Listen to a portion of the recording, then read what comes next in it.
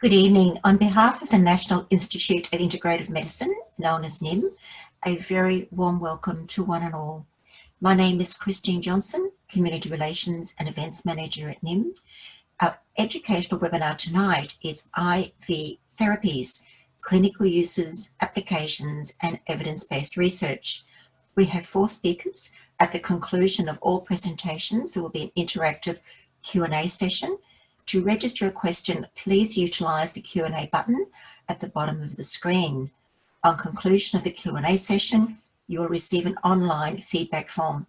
This will only take a few minutes, and you are required to complete this form to be eligible for CPD points. It is now my great pleasure to introduce our first speaker, Dr. John Walters.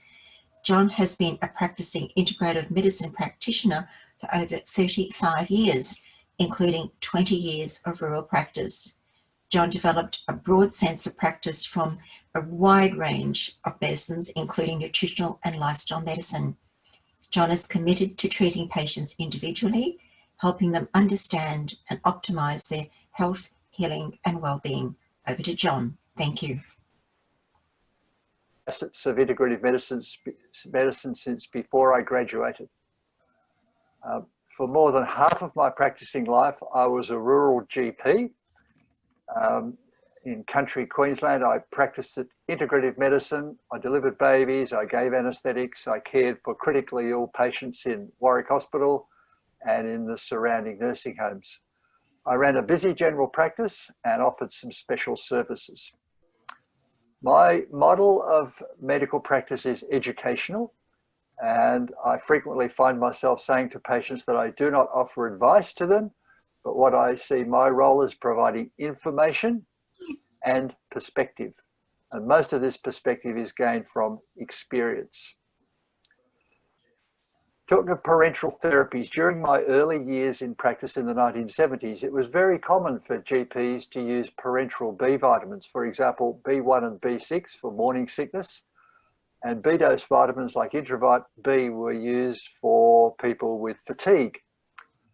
Iron injections, intramuscular, were used for iron deficiency, and GPs were very handy with penicillin injections in those days. So parenteral therapy was familiar to GPs. But somehow when vitamin C first became available, it was reviewed with suspicion by most doctors. And unfortunately, I don't think the scene has changed all that much. I first used intravenous vitamin C in the late 1970s, and I've used it ever since. Integrative medical practitioners have a way of attracting wonderful patients with challenging problems.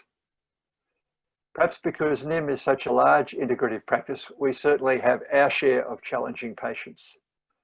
However, we're fortunate at NIIM to have not just a lot of patients, but we have an intravenous clinic which is run by expert nursing staff.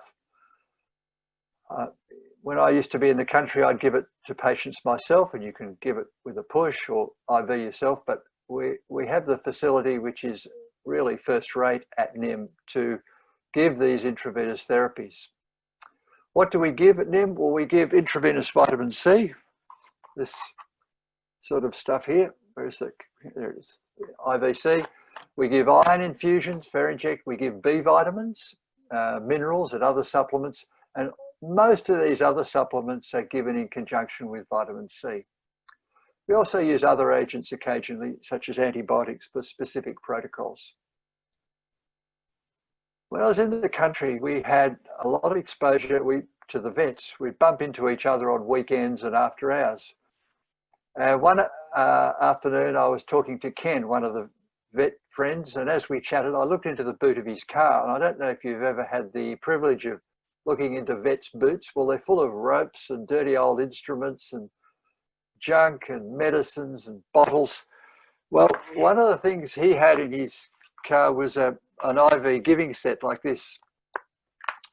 And it was pretty old, it was very dusty and dirty, and the top corner was snipped off. I asked him what he used it for, and he said, "Oh, that's my intravenous giving set." I said, it was obviously well used. I said, "How old is it?" He said, "Oh, it's a couple of months old. I just reuse it." So I said, what fluids do you put in it? He said, oh, just tap water. And I thought, well, hang on, our patients are a bit different from this. And then since then I found out that, dogs and cattle produce vitamin C themselves. They can fight all the tap water infections, but humans are a bit more delicate. The commonest thing we use at the clinic is intravenous vitamin C, and it's used for lots of things, but the commonest would be viral infections and infections generally. I remember one lunchtime in the country when one of the solicitors who worked next door staggered up the front steps of the medical centre. He had a high fever, he had a terrible headache, and he was almost collapsing. And he had acute flu.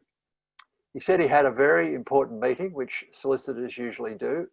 So we gave him some intravenous vitamin C, and an hour later I saw him walk down the steps into his office looking as good as gold, absolutely perfect. Intravenous vitamin C is pretty easy to give. I used to actually, when I was working solo for a few years, I'd give it to myself if I was unwell. I just tip a bottle upside down, put an IV giving set in, and hang it up on a coat hanger at home, and I'd be good for work the next day. A more dramatic example was Adrian, who was also a vet, and Adrian had recurrent cold sores. He had them all around the mouth, and after a little while, the cold sores were followed by urticaria, and this subsequently developed into angioedema. So he would get a herpes simplex eruption on his lips every fortnight, and then the swelling would progress backwards through the mouth into the throat, and it eventuated that he couldn't eat. And this inability to eat would last for a week. Remember, this was before we had acyclovir or antiviral drugs. So he had 1 week of not eating food and 1 week of recovery. What could we do? I really had no idea, but I offered him lots of intravenous vitamin C. And interestingly, within a few weeks, the cold sores became less frequent.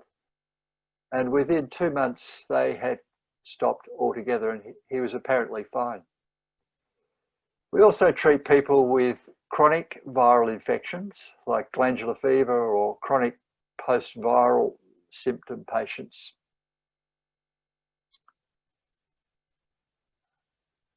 Some people ask, how safe is vitamin C? Well, I have to say that in 40 years of giving it, I find it exceedingly safe, certainly safer than most of the other things that doctors hand out. However, we screen all our patients who are having intravenous C at the clinic to make sure they have adequate renal function, they have a normal G6PD enzyme level, and we ask them about allergies and just the rare possibility of oxalate stones. Another indication for intravenous vitamin C are toxic conditions. And I well remember a young lady who'd grown up in Sydney, which I felt was not a very healthy place to grow up. But when she moved up to the country, to Stanthorpe, her health deteriorated. She developed headaches, fatigue, and recurrent infections. She had come up to Stanthorpe to marry her orchardist husband. And like a lot of orchards, the farmhouse was separated from the orchard trees by only a few metres with a wire fence between. So her husband would drive the tractor and the spray unit up and down the rows of trees, and the spray would go over the house. And he was even so keen they had a vegetable garden in the backyard. So he would take down a little bit of the wire fence and back the tractor and the veggie garden and give that a good spray as well. They drank unfiltered tank water drained off the roof, so that whenever it rained, any spray that would land on the roof would also be taken in by them all. Well, we gave her intravenous vitamin C. We also cleaned up her water supply, helped her to do that, and her health improved as well. A more dramatic case was Dennis, who had grown up on a market garden farm in the Lockyer Valley. The Lockyer Valley is located between Brisbane and Toowoomba and is known as Australia's salad bowl. It's generally regarded as one of the 10 most fertile regions in the world. And as a child on the farm, Dennis had frequently been given the job as a marker. And what the marker would do is hold up a red shirt or wind sheeter so that the crop dusters would know which paddock to spray. And he said that quite many times he got doused in pesticide when they sprayed his parents' property. In middle age, he had headaches, he had fatigue, he had inability to function in his workplace. And one good thing in those days with organochlorine pesticides was we could test them in the blood, and he had very high levels of dieldrin, DDT and DDE. I didn't really know how to help Dennis, but I said, look, we could try intravenous vitamin C, and the only other thing I'd heard of was saunas. And having grown up on a farm, he was an innovative fellow, so he built his own little sauna, like one of those ones you see on old-fashioned movies with your head sticking out. So it was a little wooden one, and he'd have a go in that. He'd have the vitamin C and he'd have the saunas. His wife was a matron in a little regional hospital, and she told me that the first few times that he hopped into this sauna, his clothes were so putrid when he got out that she had to have a long pole and grab the clothes and carry them out to the dump out the back because they were too putrid and stinking to consider washing them. But as the weeks went by, the smell of the clothing diminished, his blood levels of organochlorines went down, and he regained his health completely within 2 years.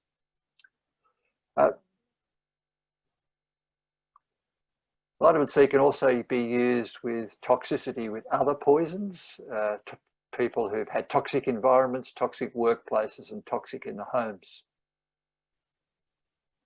Many patients we see at NIIM come who have cancer, especially cancer. Vitamin C intravenously can be useful for the side effects of chemotherapy, including nausea.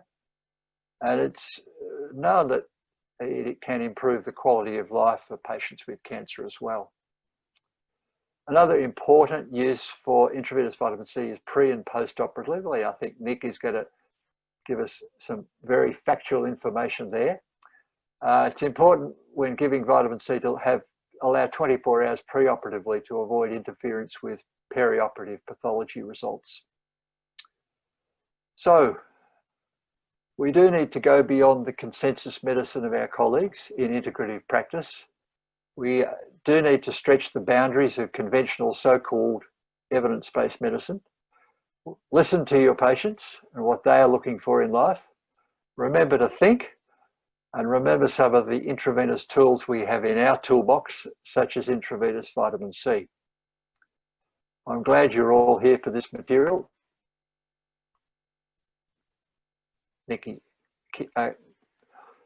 Nikki's next.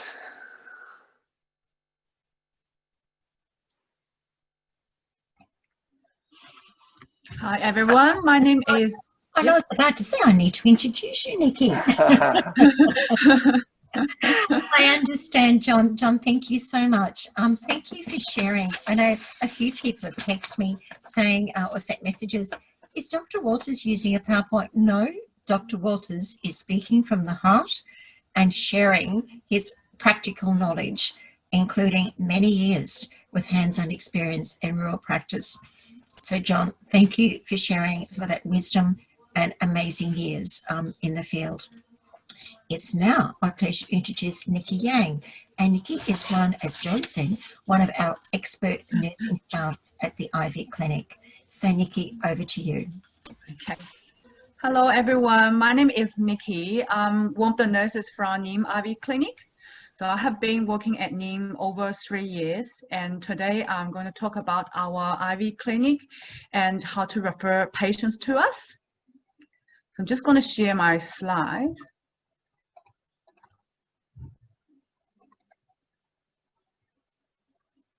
So here are some photos of our IV clinic. So normally we'll prepare our patient's infusion at nurse station, as you can see. And after we cannulate our patients, they will sit on one of the reclined chairs, as you can see from these photos, to finish their infusions. And what kind of infusions we NIIM? So we give IV nutrients like vitamin C, B complex, vitamin B12, magnesium, zinc, glutathione, and alpha lipoic acid. We also give vitamin IV iron infusion and chelation therapy, intramuscular vitamin D, folic acid, B complex vitamins. Some of our patients also require to have botanical therapies like artesunate, curcumin, DCA, Helixol, quercetin, and resveratrol. So these are our via special access scheme category A.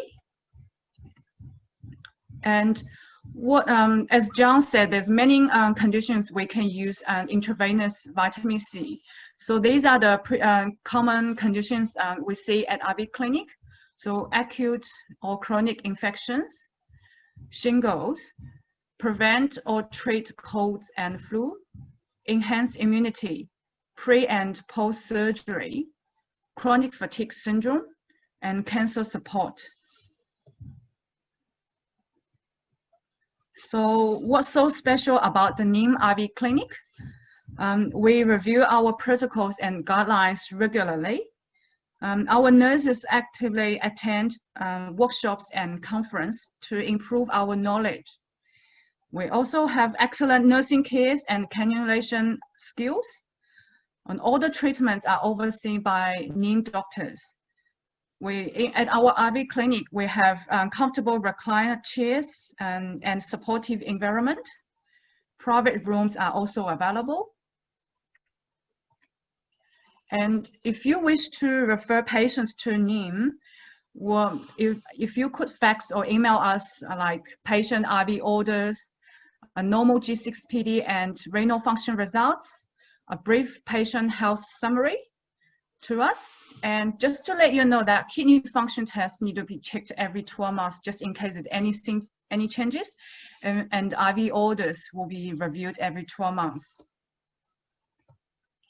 And these are the common recommendations for IV vitamin C dosage. So for infections, pre and post-operative, chronic fatigue, or for general well-being, we usually give 15 to 45 grams of vitamin C. And other optional additives depends on the patient's condition. And for supporting cancer patients, we give vitamin C from small dose up to 1 to 1.5 grams per kilograms. And you can give some B vitamins to boost their energy levels, or discuss other additives with your patients. And if you want to refer iron infusion patients to us, you can fax or email us the iron infusion order.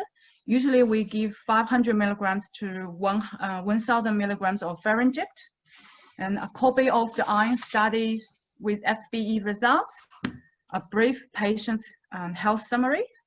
And another important thing is if you could give a script of pharyngeate for your patient to pick up the medication before their appointments, that will be really helpful, because sometimes we usually have to send patients to pharmacy to pick up their iron pharyngeate medication. And here is our contact details. If you have any questions, you can call us or email us. We'll try our best to help you. Thank you. And I'm just going to this. Thank you very much, Nikki. And again, that's at the practical end. We're now going to turn the focus onto research. And I've had a couple of questions are coming through online from doctors. Is it evidence-based? So on that point, I'm now going to hand you over to Nick Treboka. And Nick has a Bachelor in Psychology and Psychophysiology and an honours degree in science, majoring in psychology. His areas of interest in research are the effects of nutrition on cognitive and functioning, with the potential to improve cognition and reduce other health risks for dementia. His ongoing research is with PhD for the vitamin C and cognitive function, the effects of surgery on cognition, and the effects of surgery on vitamin C levels. It's over to you, Nick.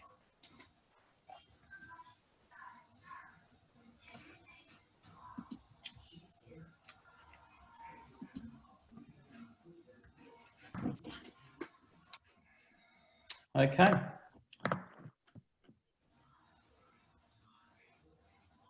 I will take it on.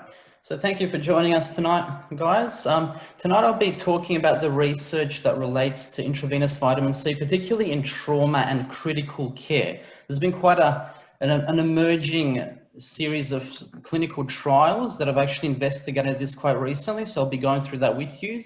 And also explaining to you some of the mechanisms involved so you can incorporate it efficiently into your clinical practice.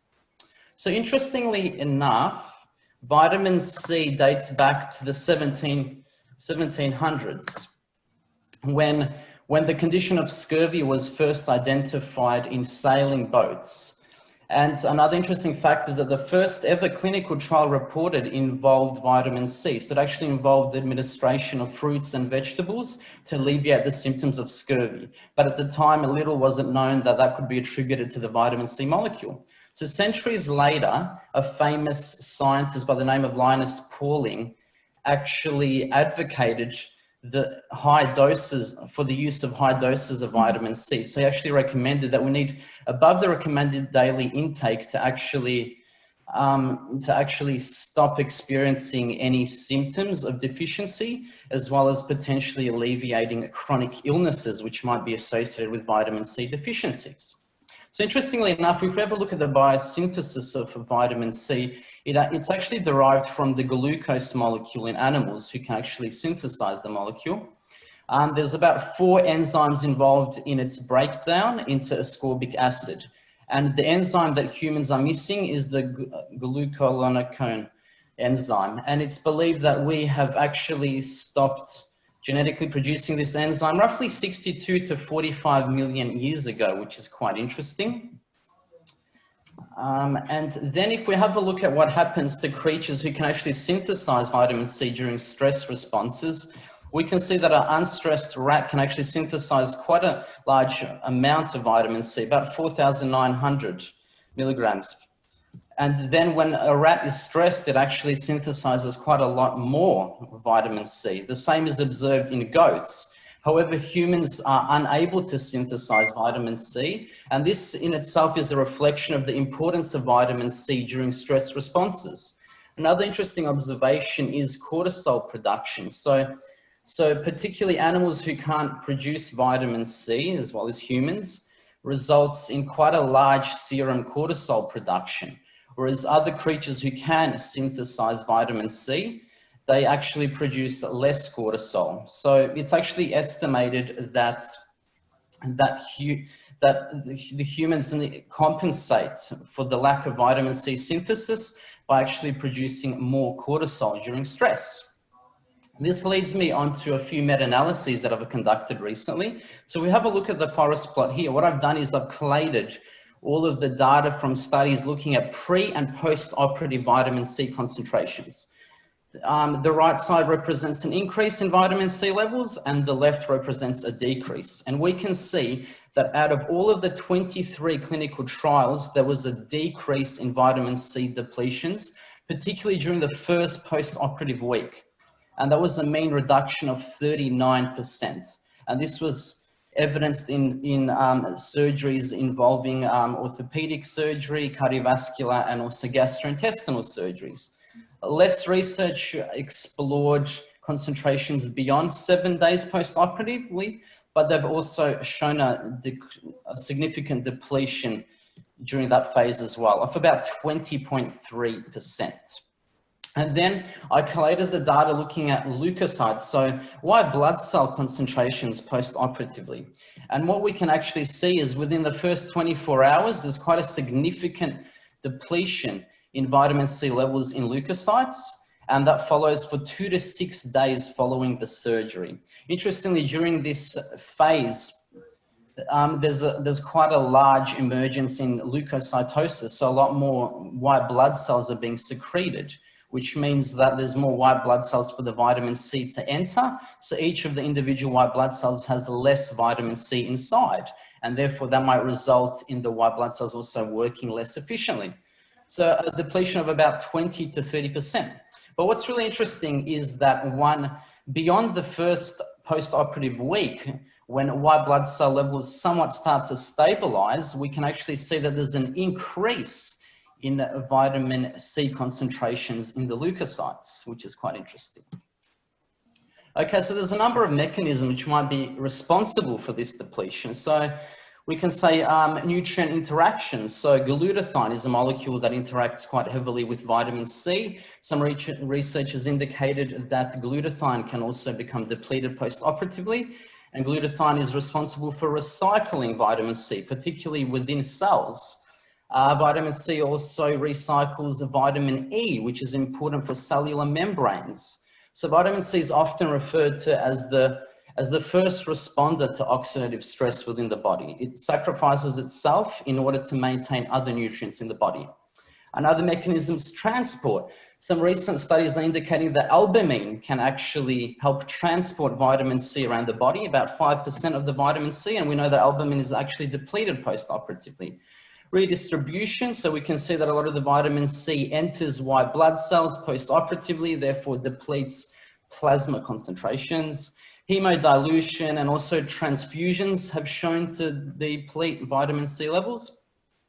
And also demand and utilization. So interestingly, lysis of erythrocytes occurs, whereby there's a lot of free floating iron in the circulation post-operatively.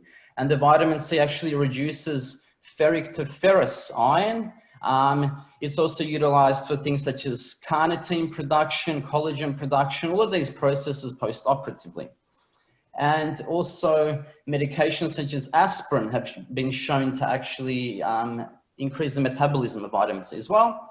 And interestingly, hyperglycemia can actually affect the absorption of the plasma vitamin C through its transporters.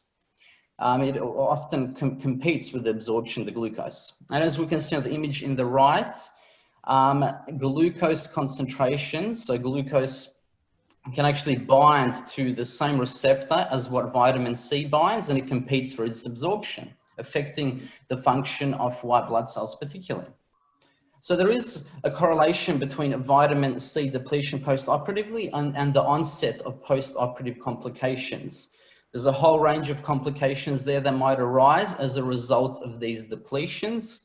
Interesting ones include anemia, hemorrhaging, the onset of infections, prolonged inflammation, so things such as a cytokine storm, and even prolonged hospital stay has been associated with vitamin C depletions. In fact, our research group conducted a recent study looking at the effects of vitamin C depletion post-operatively and its connection with post-operative cognitive dysfunction. So if we have a look at the graph on the left, this is taken from a 73-year-old male who underwent orthopedic surgery.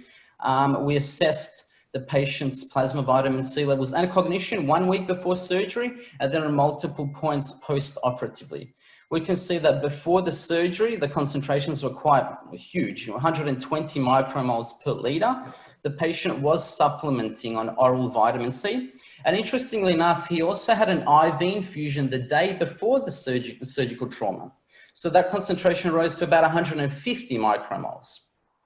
Post-surgery, we can see that the concentrations dipped to 10 micromoles per liter, so quite a significant depletion. And that concentration is indicative of severe deficiency. And that didn't bounce back until 1 month post-surgery. And then let's take a look at the patient's cognitive performance on a series of paper and pen cognitive assessments. The trends in his performance somewhat resemble the trend in the plasma vitamin C concentrations. So things such as delayed recall, total recall, and recognition was severely impacted during the depletion in vitamin C during that post-operative phase. Now let's have a look at the pharmacokinetics of oral versus intravenous vitamin C. So interestingly enough, with an oral intake, the maximum concentration we can reach is about 200 micromoles per liter. So the more we consume orally, the less is actually absorbed, the lower the percentage is actually absorbed. So this can be due to genetic variations in polymorphisms associated with the absorption of vitamin C, interestingly enough. Other things such as oxidative stress and also glucose can absorb the absorption of vitamin C. So if we have a look at when an intravenous administration occurs, that concentration rises about 50 to 100 times more, which is very, very interesting. So it surpasses the intestinal absorption as such. And if we have a look at the graph on the right here, we can actually see that the more intravenous vitamin C is administered, the higher the plasma vitamin C concentration is achieved. However, roughly after about 6 to 8 hours, the plasma concentration starts to stabilize, which is quite interesting. So the intravenous vitamin C, its magic works, I guess, during that initial 8-hour phase. So let's have a look at what happens to plasma vitamin C concentrations when IVC is administered post-operatively. So the first study was actually conducted in 1940, and this is a case study taken from a paper published in the 40s. It involved a 23-year-old male who underwent major gastric surgery. So preoperatively, we can actually see that there was a nice spike in the plasma concentration following the IV, and then it somewhat stabilized. And the patient was administered 1 gram of IVC on the days following the surgical trauma. So we can actually see that on the second day post-surgery, when the patient was given an IV therapy, that peak isn't as high and it doesn't stay as long as before the surgery. So that's actually indicating that the body doesn't reach as high peaks after the IV administration, and the body might actually be utilizing that vitamin C as such. The same is witnessed 3 days after the surgical trauma. And then finally, it doesn't stabilize until the 5th day, where that somewhat resembles the trend observed the day before the surgery. So this indicated that there's such an increased requirement for vitamin C, particularly during that initial post-operative phase. And urinary excretion was actually not increased following the IV treatment, which is something really interesting as well. So years following that research, there was a study conducted in a range of ICU patients. They administered varying doses of vitamin C depending on the post-operative concentration. So the IVC was actually administered a couple of hours after the first post-operative day. And what they did was, in patients who experienced higher levels of post-operative vitamin C, they were given less vitamin C. So 1 dose of 500 milligrams. And the ones who experienced 34 micromoles, they were given 4 doses of 500 milligrams. So from the graph, we can actually see that there's definitely an increase in post-operative vitamin C levels following the administration of the vitamin C in comparison to the group that did not receive any vitamin C at all. And then there was another study following gastroscopy surgery, which looked at different doses that were administered post-operatively. So they compared 100 milligrams of IVC to 500 milligrams. So if we actually have a look at the box plots here, we can see that there's quite a significant depletion in both groups post-operatively, and then they were administered vitamin C continuously at these doses for 3 days and 5 days post-operatively. And we can actually see that the group that received the 500 milligrams had substantially higher post-operative vitamin C levels than the ones that received the lower dose. So there is a dose response based on these findings. And if we have a look at the box plots on the right, they also measured urinary excretion of 8-isoprostane. So that's a marker of oxidative stress. And we can see that the group that had the 500 milligram dose actually had lower levels of oxidative stress in their urine. And this brings me to another study here following cardiopulmonary bypass. So they actually had 3 groups. One group received 4 grams of IVC before the anesthesia occurred for the cardiopulmonary bypass. Another group received 4 grams during the cardioplegia, and then the other group served as the control. So as we can see in this instance, administering the 4 grams of IVC during the cardioplegia resulted in higher post-operative concentrations than in any of the other 2 groups. So this actually indicates that it should be administered probably after the anesthetic onset as well. There's been some research looking at IVC, post-operative IVC and pain. So in this study, I think there were colorectal patients. They received their dose of 500 milligrams per kilogram for 30 minutes immediately after surgery. So if we have a look at the graph on the left, we can see that the vitamin C group had significantly lower levels of pain as opposed to the placebo group during the first 24 hours post-operatively. And if we have a look at the graph on the right, the vitamin C group also had less morphine administered. They required less morphine than the placebo group. And there's also been a recent meta-analysis suggesting high dose vitamin C in complex regional pain syndrome, particularly following surgery. And then there's been quite a number of studies looking at IVC in atrial fibrillation, which is quite common after cardiovascular surgery. In fact, about 20 to 40% of patients experience this after cardiovascular surgery. This meta-analysis found 13 studies, almost 2,000 patients, and administering vitamin C, most of them administered the vitamin C before and after surgery. There was a reduction in atrial fibrillation by 32%. And in combination with beta blockers, this worked even more efficiently. And then out of these, only 4 of those studies administered vitamin C intravenously as well. So more research does need to be done in this, but it is quite promising. And that brings me to post-operative ischemia and reperfusion injury. So quite a number of studies have looked at IVC and its effects on ischemia, particularly cerebral ischemia. So if we have a look, intravenous administration reduced this ischemia by roughly 67%, whereas oral administration reduced it by 44%. And another, quite an interesting rat study that was conducted recently is displayed in the cortical slices on the right here. So that involved one group receiving no vitamin C, one group received the placebo and was subjected to cerebral artery occultation, and the other group on the far right received vitamin C in conjunction with being subjected to cerebral artery occlusion. So based on those images, we can see quite a lot of infarction occurring in the group that received the placebo and also the occlusion. Whereas when vitamin C was administered, it preserved a lot of those cells in the brain tissue. And this might be due to increased cerebral blood flow, as well as increases in the tight junction membranes of arteries around the body as well. Then we'll look at the vitamin C deficiency and wound healing. So this was first published in 1937, where they found a link between vitamin C deficiency post-operatively and impaired wound healing.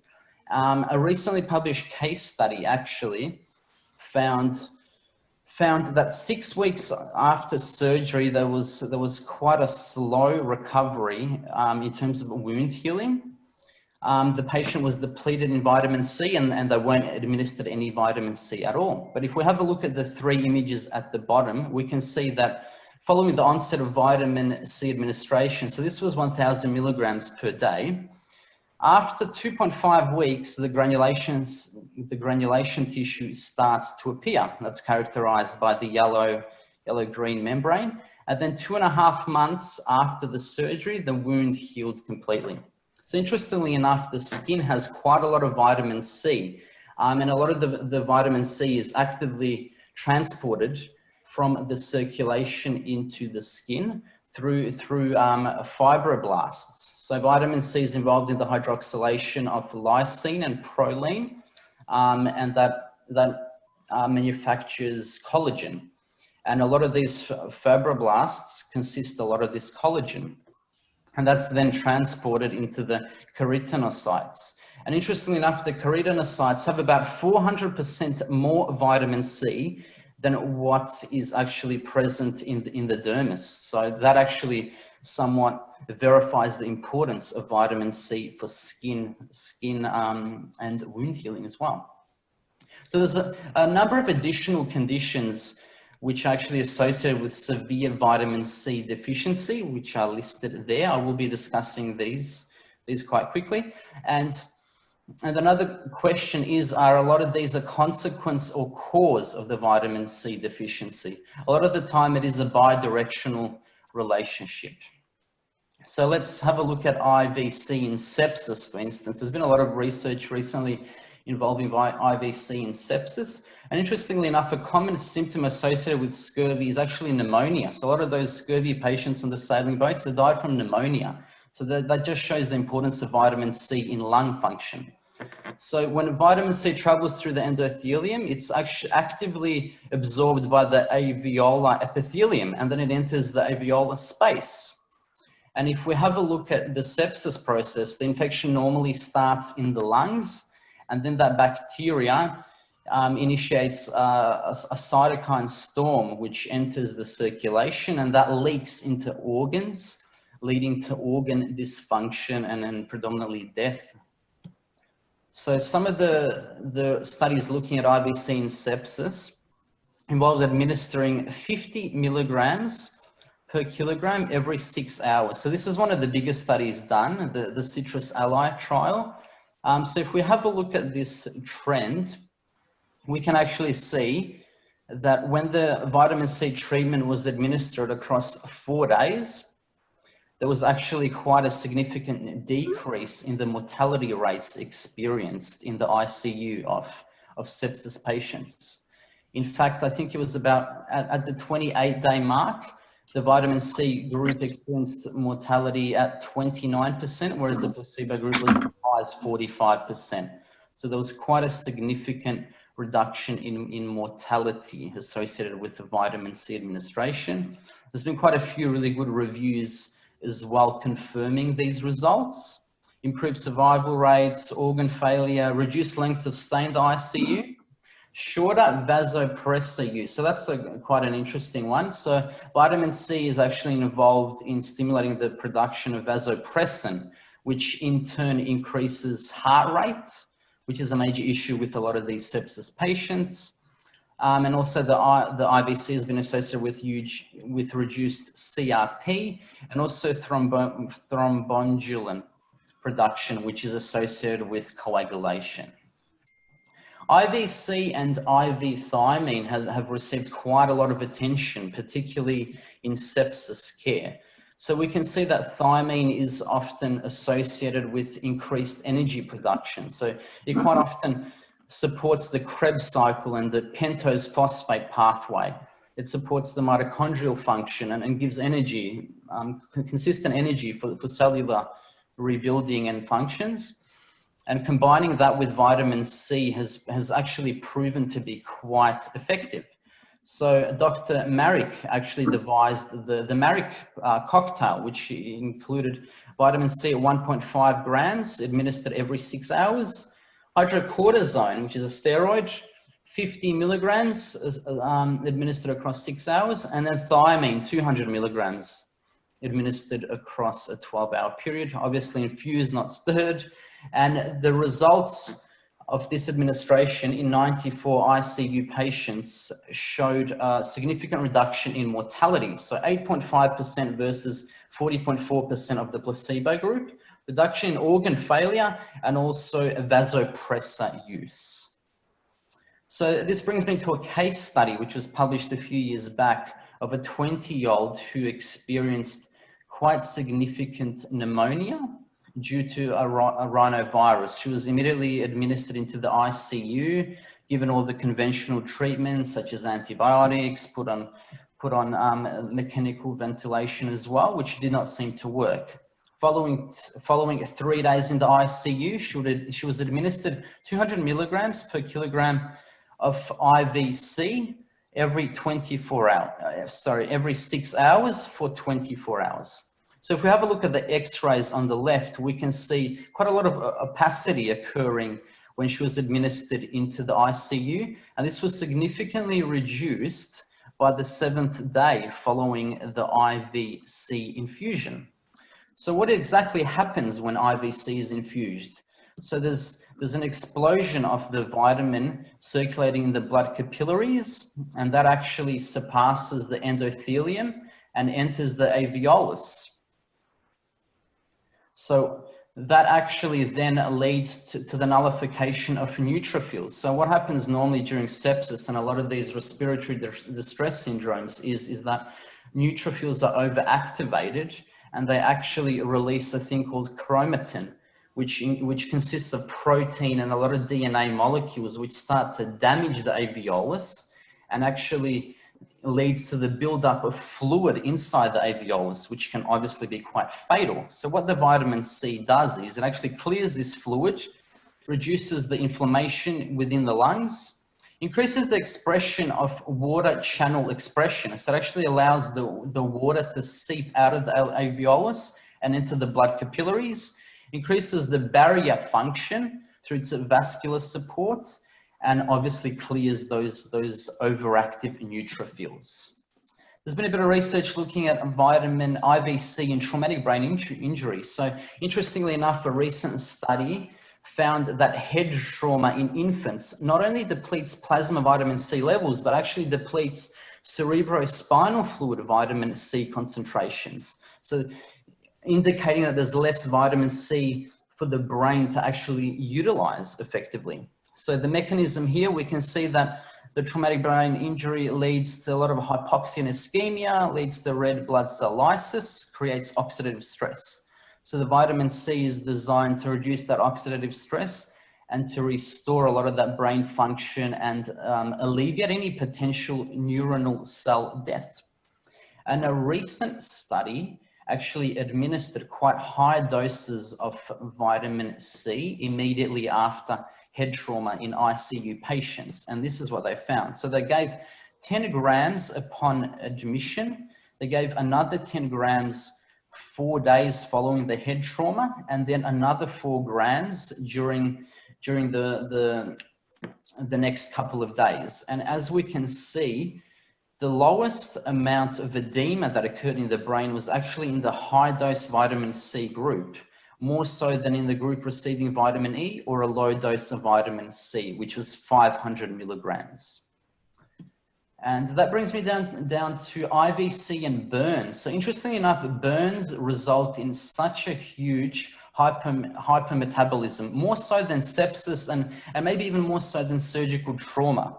A lot of the patients experience cachexia following burns, especially major burns. So that's indicative of quite a large protein breakdown. So there's quite a large study done in Japan not too long ago, looking at the effects of IVC on mortality in severe burn victims. So as we can see over here, the high dose of 10 grams of vitamin C, which was administered 2 days following ICU administration, actually resulted in significantly lower mortality rates than those in the control group that did not receive any IVC.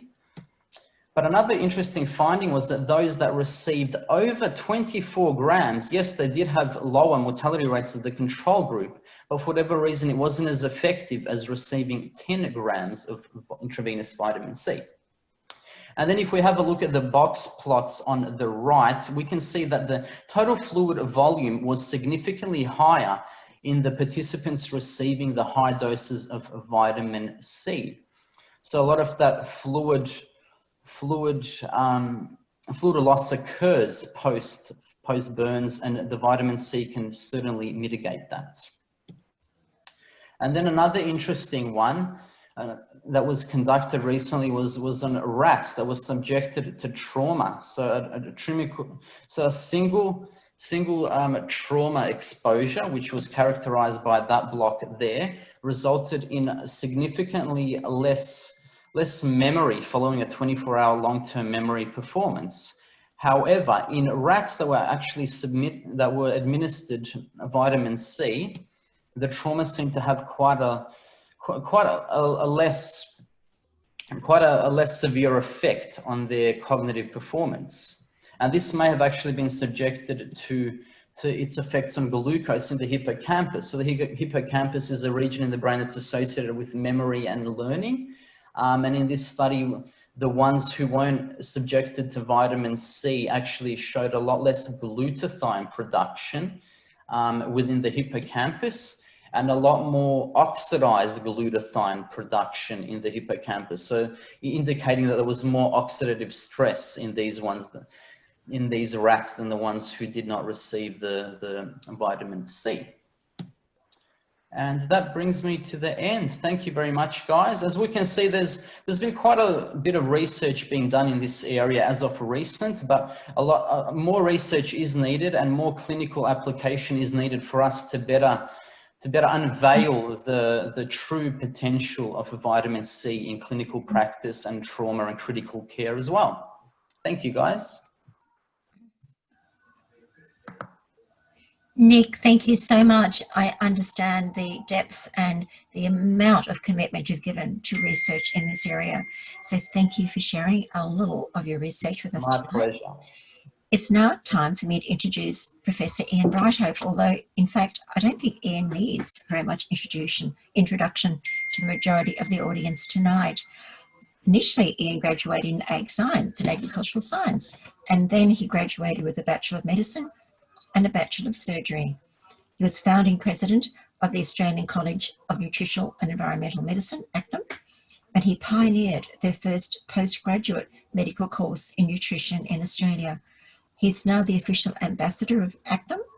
In 2001 to 2003, he was president of the Complementary Healthcare Council of Australia, and is now official ambassador to the peak body Complementary Medicines Australia, CMA.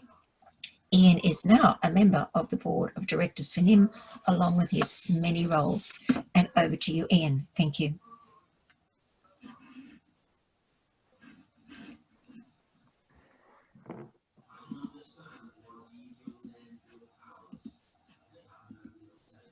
Thank you very much, Christine. And thank you all the participants for coming along tonight. I appreciate it very much. I'd just like to say that the previous speakers have really done a great deal of justice to intravenous therapies. Dr. John Walters, I met a long time ago, and we have had a long and friendly collegial relationship. I can attest to all of the experiences that he's had with the intravenous vitamin C and the use of other nutrients, of course, in clinical practice. So I'm not going to give a whole lot of case histories. I'm going to try and get through the risks of management with regard to IV therapies. And but again, I'd like to mention that Nikki, the nurse, is one of the best employees I've ever met. Not only because she is a very pleasant nurse, but she is also a very skilled nurse. And she gives me my treatment called chelation therapy with EDTA. My mother lost her leg from diabetes and gangrene, or nearly lost her leg. She lost a foot. And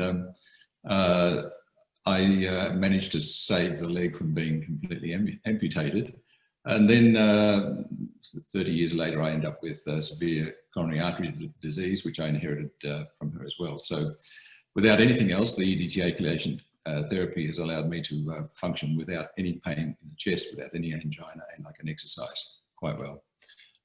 Nick, that excellent presentation on vitamin C. I haven't heard very much anything better from a scientist dealing in vitamin C. And I've heard actually the father of vitamin C, Linus Pauling, who I'd met on a number of occasions.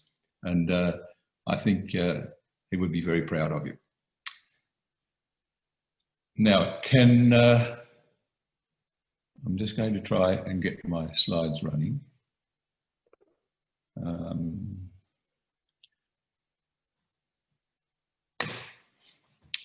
Intravenous therapies. Can we all see? The assessment of potential risks. We're going to look at the side effects. We're going to look at adverse reactions, patient safety, and evidence-based research. I know that a lot of you are interested in the evidence-based research and the evidence-based clinical work that needs to be addressed when we speak to an audience of this nature. So what I've done is actually collected a huge number of references to deal with what we've been talking about tonight. And I've put them into a Dropbox, and I will ask NIIM to actually put them on the website so you have access to all of the references. Furthermore, for all of the products that are available for intravenous use, I can also put into the Dropbox the patient product information leaflets that you can refer to if you need any further information with regard to how to use, how to give, the rate of administration, etc., side effects, contraindications, adverse reactions, so that you have a full folder of references that you can look at from time to time. Because for me to go through all of the side effects, adverse reactions, and patient safety issues with regard to the multitude of IV therapies available, it would take me a couple of nights to do that.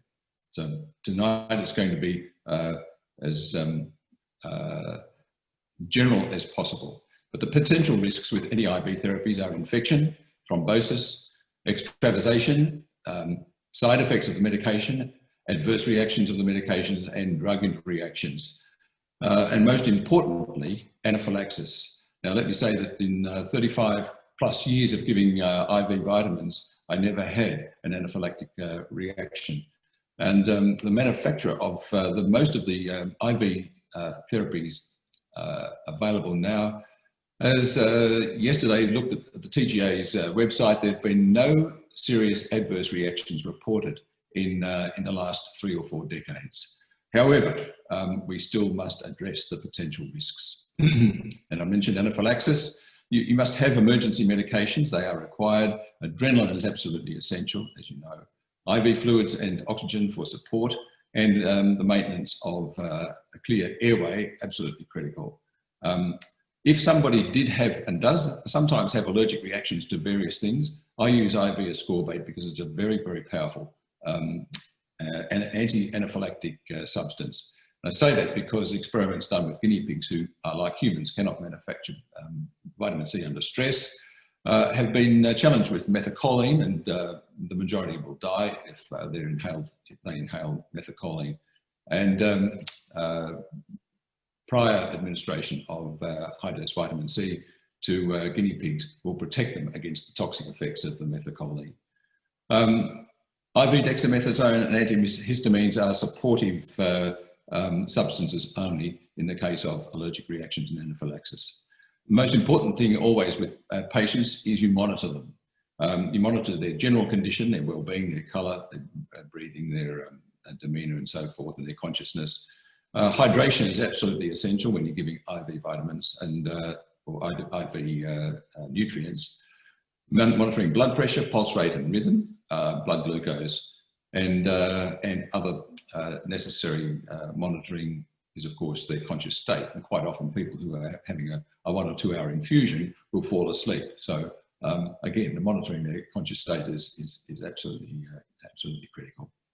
IV administration of anything, you must use the correct dilutions. You must give them slowly, never give them any faster than the product information leaflets recommend or the literature recommends, and always use according to the manufacturer's instructions and official training. I recommend official training for IV therapies before you actually go into doing it. And don't mix IV products or medications. Don't mix IV vitamins or amino acids if it's not recommended, because these are chemical substances and they do interact with one another. Vitamin B12 is very unstable. Vitamin C is extremely unstable, especially in the presence of transitional metal catalysts such as copper and iron.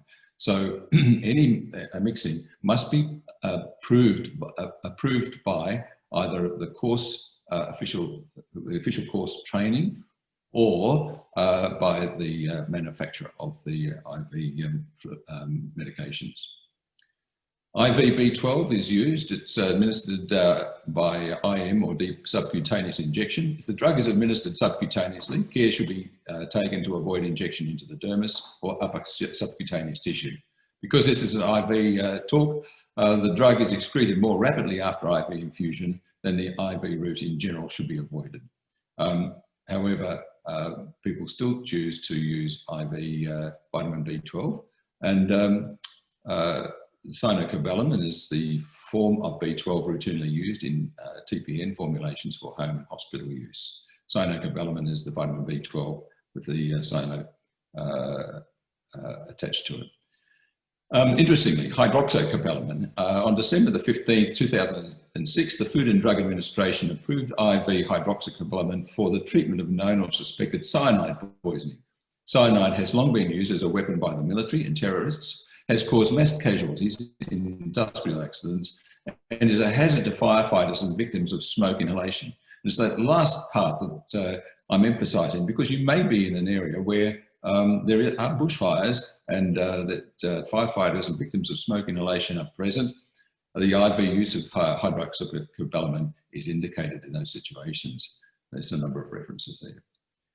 IV vitamin B complex, it must be given slowly. In the early days, it caused allergy. And the thing that caused the allergy was probably thiamine, because thiamine actually was manufactured from yeast in those days. And there was always some residual yeast protein left in the substance. Even minute quantities could cause allergic reactions. IM, it may cause a rash or hives. However, any allergy can be reduced. Any tendency to allergy can be reduced if intravenous vitamin C is given. I'm not going to go through all of the mechanisms of action of vitamin C. Nick has gone through many of them, but it is a powerful antihistamine. It does modulate the prostaglandins and leukotrienes to a large extent. And let me just say that vitamin C is not a vitamin. It's an organic acid. It is not a vitamin. It's an organic acid. And I'll come back to that a little later. IV magnesium is used commonly in private practice and in hospitals, including ICU. We often combine it with other substances such as vitamin C and other minerals. In those instances, it's quite safe, apart from the use of iron and copper with vitamin C, because they catalyse its breakdown. The administration of magnesium sulfate can have a vasodilatory effect, so a slow infusion is recommended. I've often noted, I've asked the question of patients, localised warming in the region of pathology.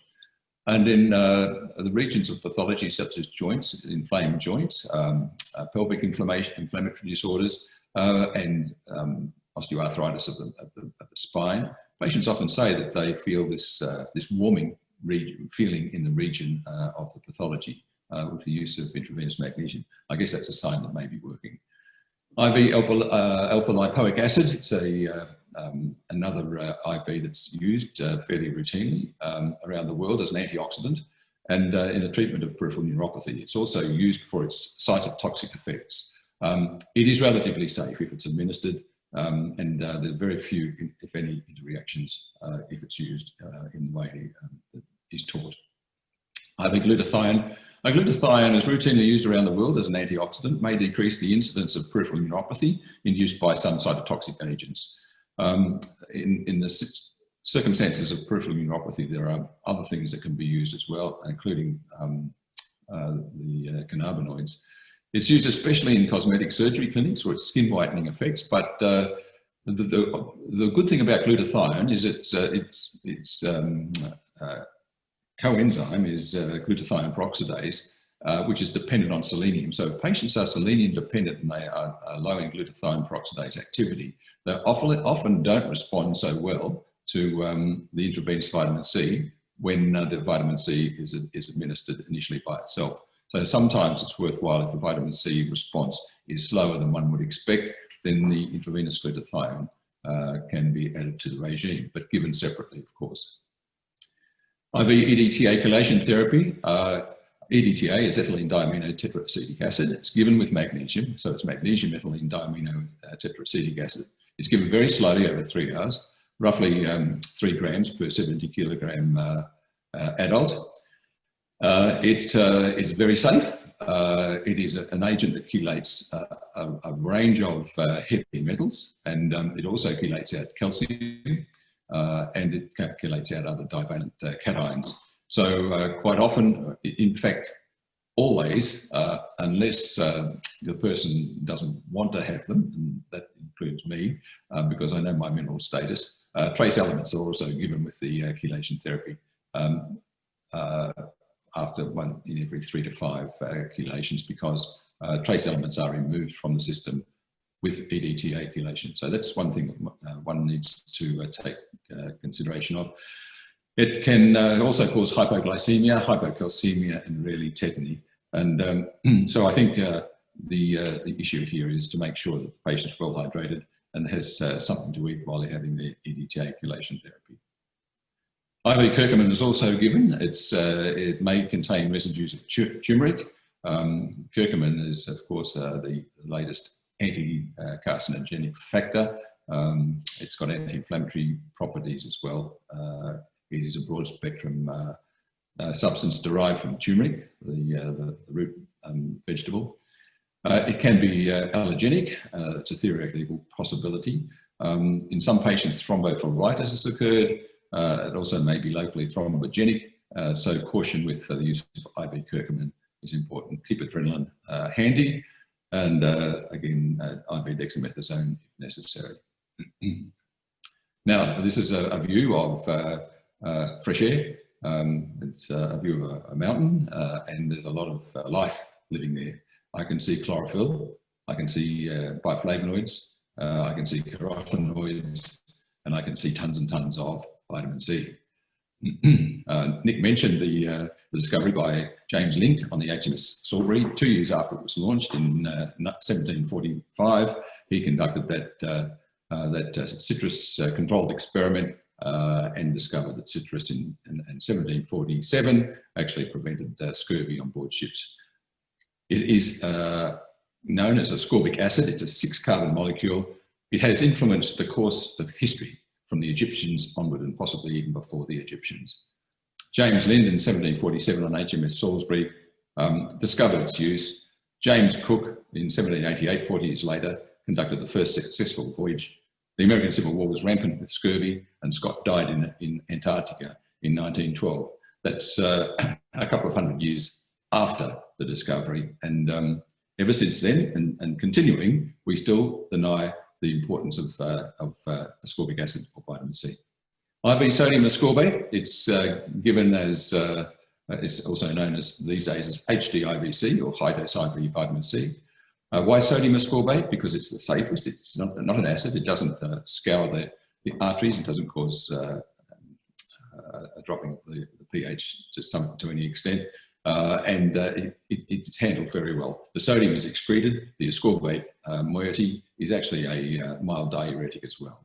The major indications, as Nick has mentioned, and others, of course, John, is acute viral infections, and that's where I started with it. Acute viral infections in the 1970s, and then in the early 1980s with the advent of the HIV/AIDS virus, and that's where I learned most of my understanding about intravenous vitamin C. We may talk about that a little later.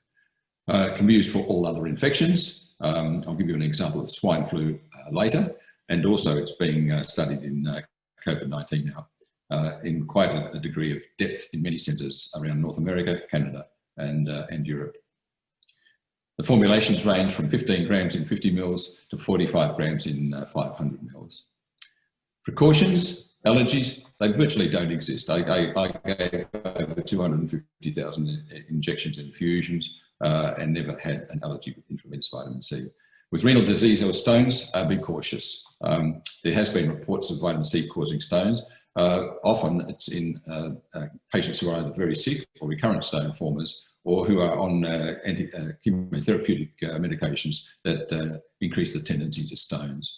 Hemochromatosis, thalassemia, polycythemia vera, leukemia, sideroblastic anemia due to enhanced iron absorption of dietary iron need to be cautious. However, in leukemia, To me, leukemia, the precursor to leukemia is a deficiency of a number of nutrients, B12 being one of them, and it's been documented.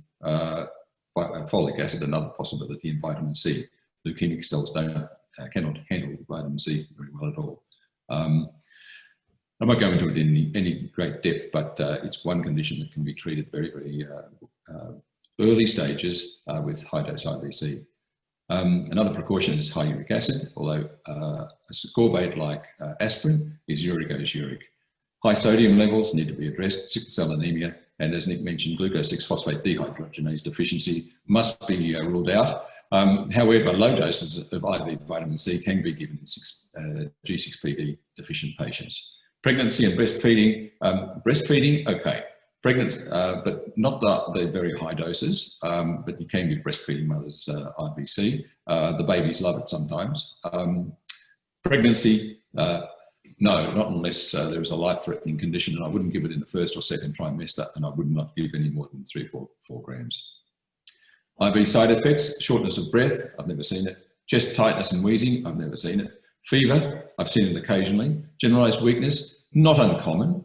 Skin rash or itching, rare. Nausea or vomiting, it may happen especially in patients who've got liver disease, and actually what the others mentioned before, you're actually stimulating the detox enzymes in the liver with the ascorbic acid. Abdominal pain, most of the abdominal pain from vitamin C is not from IV, it's from oral taking. Headaches or dizziness, again, idiopathic reasons for this occurring. And tremors, I mentioned tremors because it's not uncommon if you give a high dose very, very quickly, they may get a decrease in ionized calcium, serum ionized calcium, and as a result, they'll get this fine tremor. Nothing to worry about. But slow down the infusion or the injection. I used to give short shots of 15 grams IV by a single push over 15 minutes to patients who were used to taking it, but that again is another story. It's not in tonight's voodoo. IV drug interactions, well, of course, anything that acts as an enzyme potentiator, you're going to have interreactions. And in general, IV vitamin C reduces the effects of all of those drugs there, so you've got to watch the doses of those drugs. Certainly, keep your oral iron supplements separate to any IV vitamin C.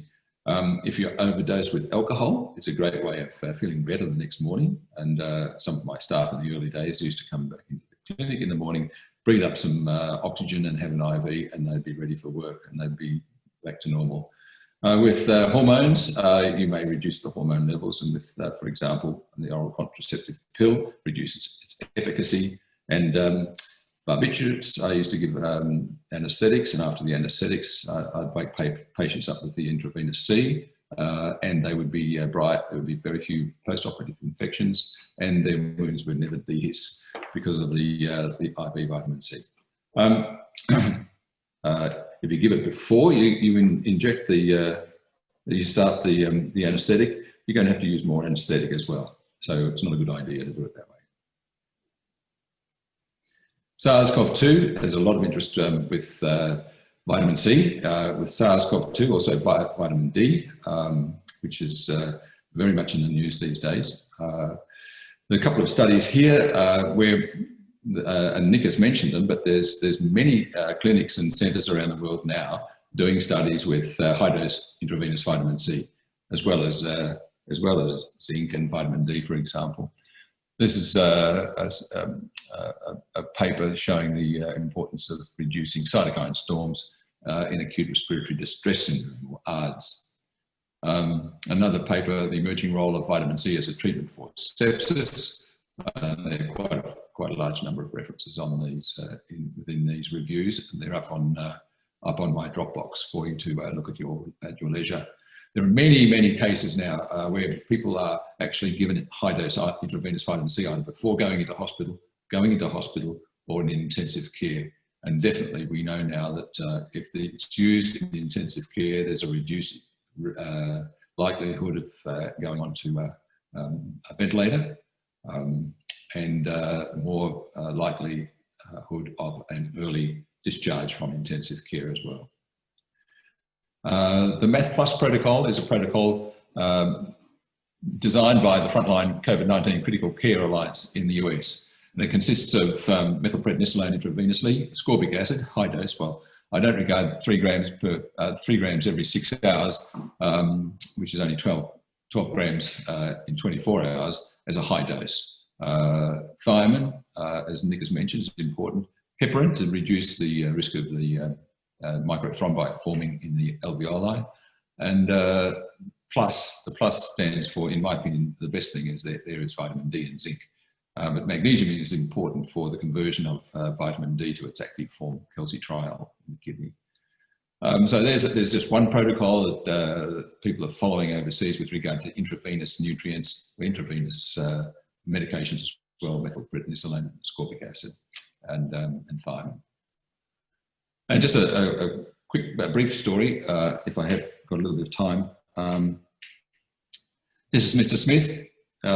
He suffered from swine flu. He's in Auckland Hospital on ECMO. For those who don't know, ECMO is extracorporeal membrane oxygenation. And he was on it for 6 weeks. He was in induced coma. He had lung whiteout. He had renal failure. And he had he had hairy cell leukemia. And the World Authority said, this guy is not going to survive. One of my colleagues in New Zealand contacted me and a doctor in the US, and we recommended 100 grams, 100,000 milligrams of intravenous vitamin C. Now, if vitamin C is so bad for the kidneys, somebody in kidney failure, we really shoot it. We really knock his kidneys off.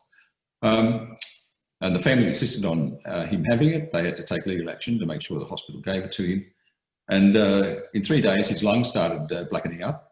He started aerating, and a few days later, he was taken off life support. And he's still alive today.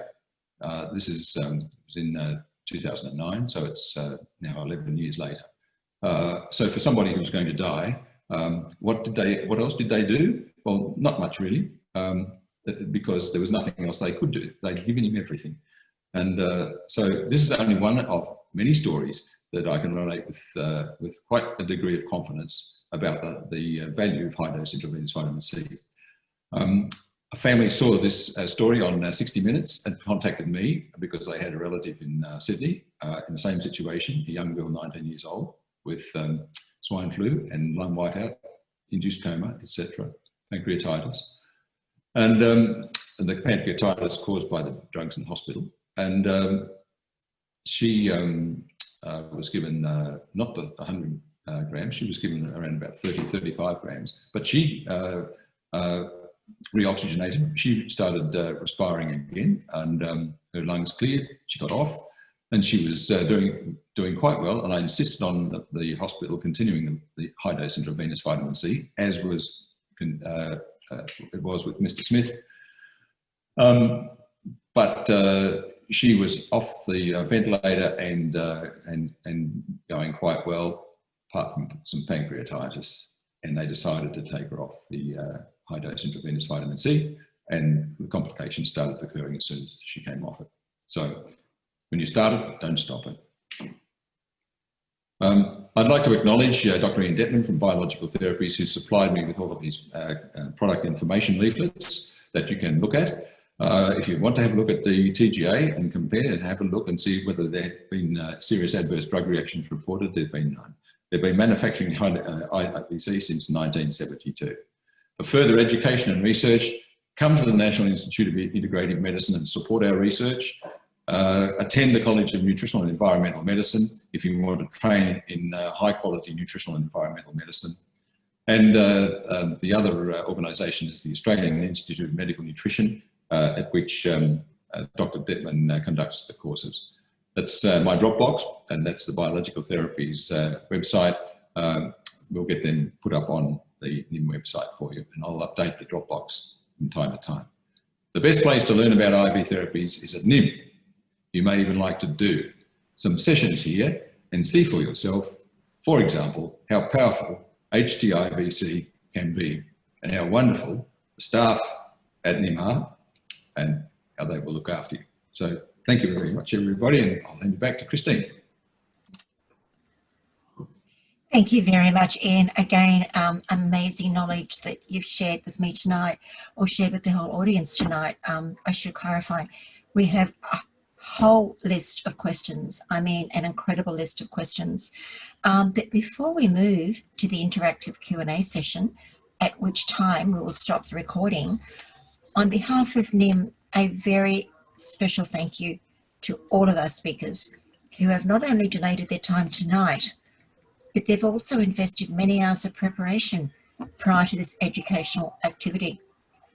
These speakers are clinicians, they're doctors, they're nurses, they're researchers, they're not professional speakers, and they have really invested a lot of their time and energy and wisdom to prepare this tonight. So thank you very much to one and all. A little note with regard to NIIM, we're expanding our clinical services, and we are seeking additional integrative GPs and also clinical psychologists to join our practice. So if you know of anyone who may be interested in joining NIIM, please do reach out to us. Now I'm going to stop the recording and then we'll move over to the Q&A session.